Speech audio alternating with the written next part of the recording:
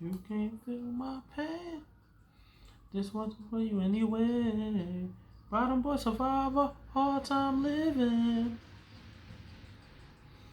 Bottom boy survivor, hard time living. I'ma make sure you don't forget it.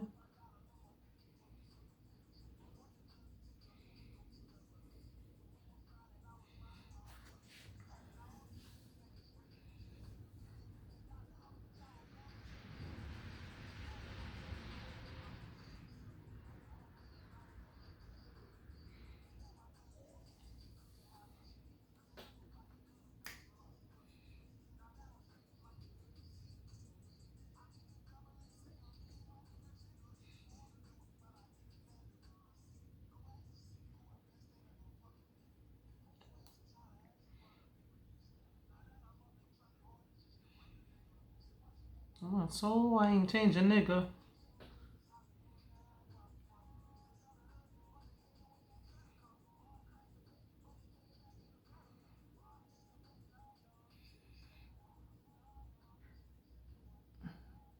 Yo, yo, yo, yo, yo, what's good, everybody? It is the Black Frequency Podcast. We are here for a special prequel episode to episode 28. So, to be honest, I just did this episode out of the fly because, I wanted to talk about the whole Kwame Brown situation. And just my take on it. It's not going to be a long episode, probably maybe 15, 20 minutes at the most. But it was literally all good just a week ago until the All the Smoke podcast. Now, I'm going to play some stuff from YouTube, right? Gilbert Arenas and some other players were speaking on. It was Gilbert Arenas, Matt Barnes, and Steven Jackson, if I'm not mistaken. They were speaking on Kwame Brown, and this is what they had to say. It was, it was amazing.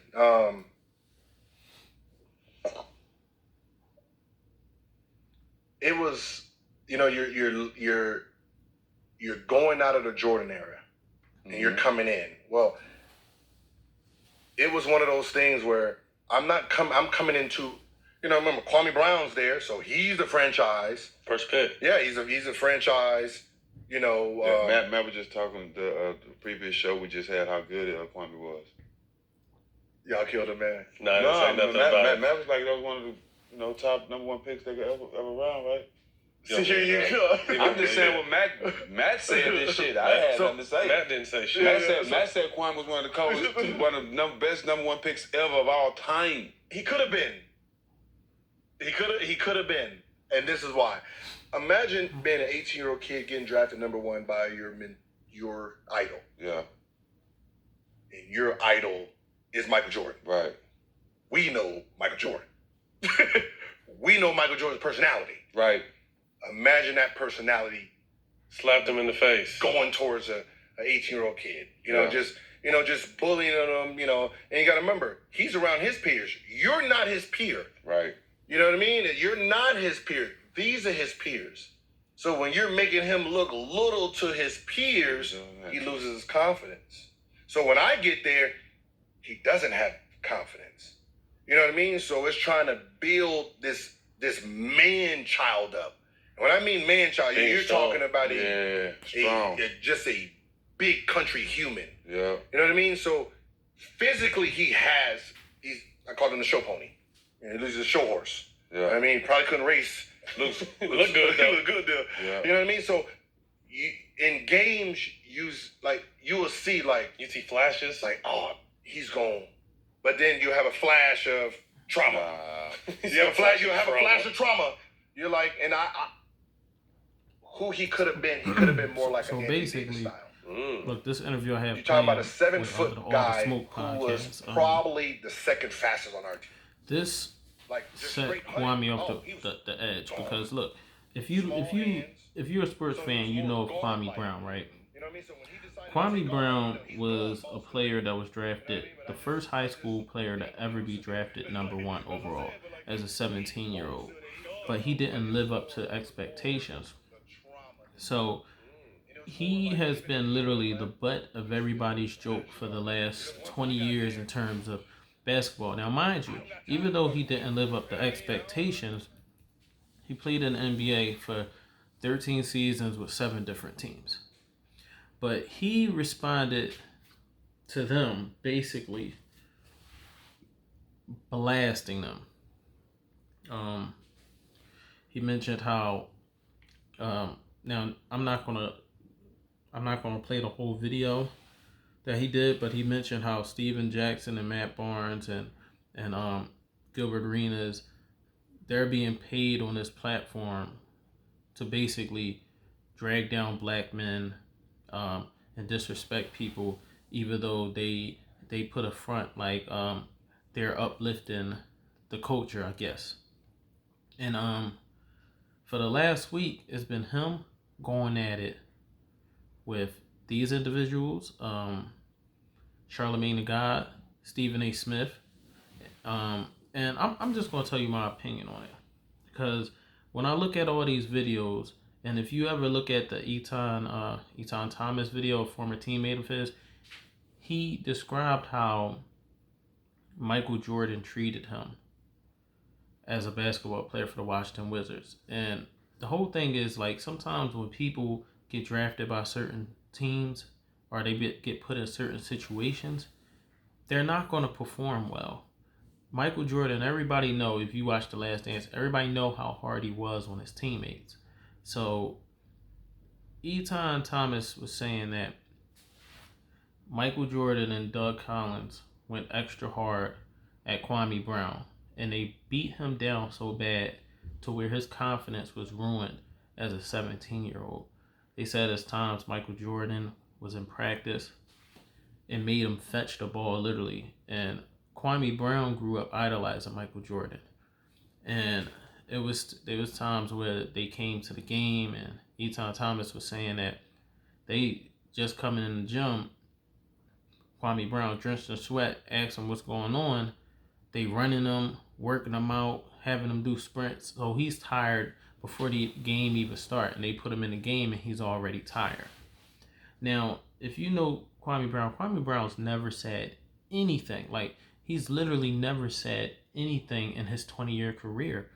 But, like, he, I think, Charlemagne the God said something, he was like, you know, he mentioned that, he was like, y'all need to stop messing with Kwame Brown. Like, he was like, y'all need to stop messing with Kwame Brown. And he threw his business out. He mentioned that his father and his brother were arrested for murder and stuff like that. Just basically slandering him. Because Kwame Brown was talking about, you know, Kwame Brown responded to Stephen A. Smith and brought up some stuff that I didn't even know about. He said that how he was charged for taking advantage of a minor, something I didn't know about. And he was saying that, you know, he was basically asking, when are the black women gonna demand that he's be taken off from the radio and stuff like that. Now, mind you, Kwame Brown seems like a cool guy and stuff like that. And he's went at it with Stephen A. Smith. Basically saying that, you know, he said, you made your career off of trashing a 17-year-old, disrespecting a 17-year-old child for 20 years, going on the campus, talking all types of trash about him. If you look at Stephen A. Smith, you know, I don't have nothing against the boy or anything like that, but, you know, he's loudmouth. Stephen A. Smith is loudmouth. He has trashed Kwame Brown over the years. And, like, my thing is, like, it gets to a point where it's but so much a person can take. And I feel kind of bad for Kwame Brown because at the same time, he had so much, you know, talent coming into the NBA, but he also had immense pressure on him as the first pick. But people didn't realize, like, this was a 17-year-old coming into the league. And right now, it's crazy because you would think this man's 50 years old. He's only 38. Like, literally. He's not playing in the NBA no more, but he's only 38. And the fact that people trashed him for 20 years without him saying nothing, it's just like, it's crazy because it just goes to show you how far the media can trash one individual. And he was mentioning how Stephen A. Smith and these media members, they get paid to trash, black brothers and disrespect black brothers and stuff like that and drag them. And he felt that's how what essentially they did over his career. And like he mentioned Jordan and stuff like that. He said that no, he did mention Jordan. I'm gonna get to that in a second. But he gave props to LeVar Ball. He said that the media tried to turn like the tide against him because LeVar Ball was doing what he was supposed to do as a father, protecting his young boys, protecting and providing for them. And all the heat that he took for his confidence in his sons, he was like, he did a damn good job. And he was like, the media tried to, and they did. And like his sons, were being quiet. LeVar's sons was being quiet. They was letting his dad do all their dad do all the talking. And the media tried to flip it like, well, he got control over his boys when they gonna talk and stuff like that. And he gave up to LeVar Ball. He said they made him look like he was crazy when he's just a black father and he done a great job with them kids. He was like, that they wouldn't be the men they are today without their father. And it's crazy because when you look back at it, like,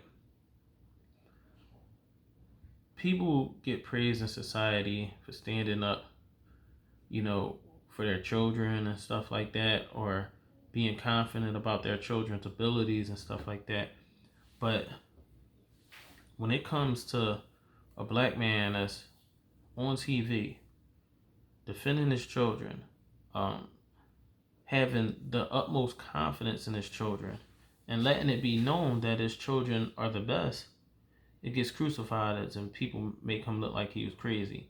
Like when he started the Big Baller brand and the sneakers, people were trashing them ideas like Kwame Brown was saying. Stephen A. Smith was like, well, it ain't Nike, so it ain't nothing. And Kwame mentioned that if Michael Jordan left Nike, black people wouldn't even leave. They wouldn't even leave Nike with Jordan because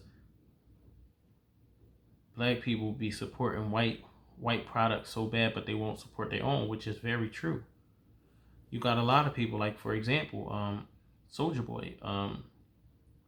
Soulja Boy, I think a year ago, I can't remember how far the time frame was, but if you remember, Soulja Boy was on a show with DJ Academics. If I'm not mistaken, it was DJ Academics. Was it Joe Budden?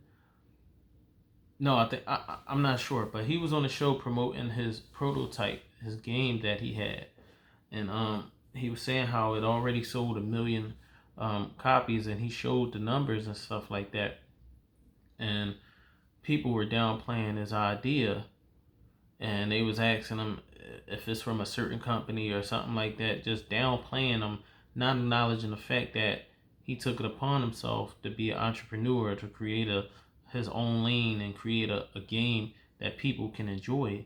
But instead of, people congratulating him, they was just downing him, asking him why he got so many businesses, and all this other stuff.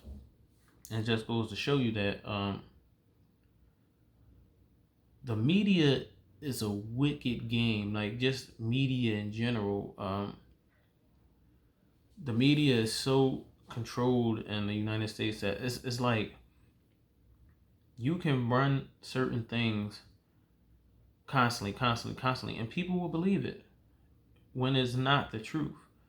When you get to Kwame Brown, I feel bad because, like, hearing this story, and I just played like a little quick clip, but just hearing this story and looking at the stuff he responded to, and people talking about his situation, like Jalen Rose defended him, and Kwame Brown said he appreciated that. Jalen Rose defended him because people was calling him a bust and everything. Kwame Brown said that he doesn't look at himself as a bust. He feels he's a real man. He said that he would take his mom out the hood and buy a house. He did that. He was like, how can you call somebody a bust that played in a profession for 13 years? And that's true. Like, even if he didn't live up to his potential, if you work somewhere for 13 years, you're obviously skilled enough to keep a position in that work field, whether it's a regular job or whether it's, you know, a professional sports league like, you know, the NBA. So, you know, the fact that he has had to endure all the thrashing, and I'm guilty of it myself a little bit, you know, when you just regular barbershop talking, you talking about people, you're like, man, yeah, Kwame Brown, trash. But the fact that he has had to endure that for 20 years and like really not speak on it, I don't look at it as he's weak or anything. I look at it as that's a strong individual. But he also said that he didn't speak on certain things also because he didn't want to ruin his bag. And even when he was, you know, with Charlotte and Michael Jordan and stuff, when Michael Jordan was like, I guess, the something of operations, he was like vice president something, but he was just saying that he wouldn't ruin his bag. He had his kids to feed and stuff like that. He was saying how Steven Jackson, he's basically playing an imposter. You know, he want to act like a thug and act like a tough guy and stuff like that when he was never like that. And the same with Matt Barnes.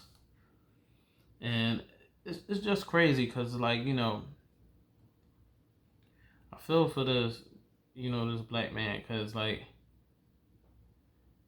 if you constantly get trashed and you constantly get disrespected, like, no matter, like, and when you think about it, looking back at Kwame's career, besides his play on the court, he's never gave anybody a reason to talk bad about him. And I never heard him talk bad about anybody. And it's cool to have, you know, opinion and stuff like that. But when you constantly make somebody the butt of a joke, that has to be hard. It has to be hard. And even, like, for example, when you're trying to, like, lay low and not say nothing, but somebody keeps saying something, it's hard. Like, you know, even a year ago, I got into it with somebody online, and, you know, when I was playing fantasy football, and it was times I was trying to lay low, and just not say nothing, not respond. But it's hard when you constantly got somebody poking at you. So, like, Kwame seems like he's unleashed, right?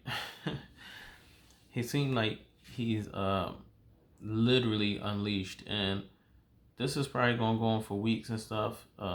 One thing people don't realize is that Kwame Brown been posting YouTube videos for years, and this was actually his first one that went viral. And, you know, it goes to show you that if you work on something will eventually happen.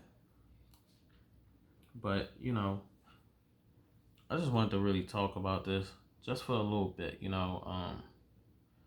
It's crazy that, you know, Kwame had to go through this and stuff like that.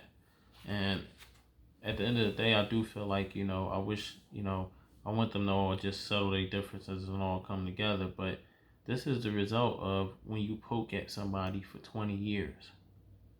Especially a kid that was 17 coming into the NBA.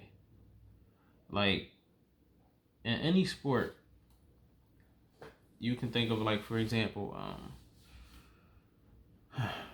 Derek Carr's little brother, right? No. Derek Carr's older brother. I think, if I'm not mistaken, he was the number one pick, and when he got drafted, and he was touted as a franchise quarterback. You know, somebody that was going to lead the Texans to glory. But they put him in the wrong situation.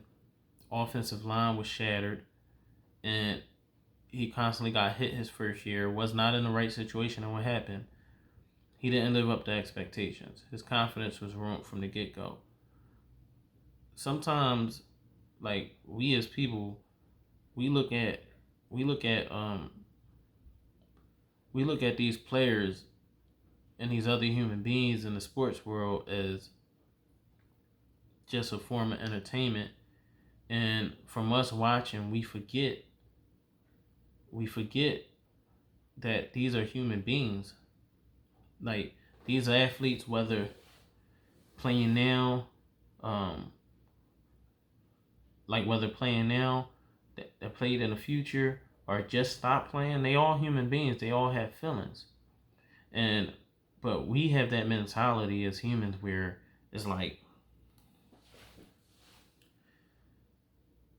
we just like, man, I don't care, man. They just for my entertainment, and it shouldn't be like that. Like, we gotta acknowledge that people have feelings, and I'm not sure if Kwame going through anything mental. I don't think that, but a lot of people will assume he's going through something mental or anything like that because he's finally decided to respond after being poked and prodded and trashed for 20 years about how bad of a player he was. Like, it's crazy that a player has to go through that. And it won't be the last time, but I do hope that all this Kwame Brown stuff lets people see that, like, yo, you gotta chill. You gotta chill sometimes. Sometimes it's not all, like, sometimes it's not cool to just trash somebody. And it just reminds me of this time where my son was saying that, I can't remember who he was saying, but he was saying that somebody was trashing football. And I took offense to that. I took offense to that only because I had to tell him, like, look, I understand people not good sometimes in certain sports and stuff like that, but don't just call somebody trash. That's disrespectful because a person works so hard to get where they at. And at the end of the day, even if their career doesn't pan out, they're still one of the players that made it to that professional sport. So they're still one of the best in the world. But look, that's all I had to say. I just wanted to make a little prequel episode to episode 28 tomorrow with my co-host Fantasy Rod, Talik, aka Fantasy Rod, and my guest, my cousin Maya. We're gonna be talking about JT and Young Miami's interview on the Respectfully Justin podcast. Show. We're gonna be talking about some stuff they talked about during the interview, like broke niggas and first date, what you expect on the first date, and we also gonna be talking about ultimately, if you, like, are you responsible for your own happiness, whether single or in a relationship. But that's all I gotta say. I'll record it. I'm gonna upload this video. I'm gonna upload the podcast. Tune in. Follow me on SoundCloud, Spotify, Stitcher, Apple's iTunes podcast. Follow and subscribe, and check my YouTube page out, Black Frequency Podcast. Check my Instagram page out, Black Frequency Podcast 2020. All right, I'm out.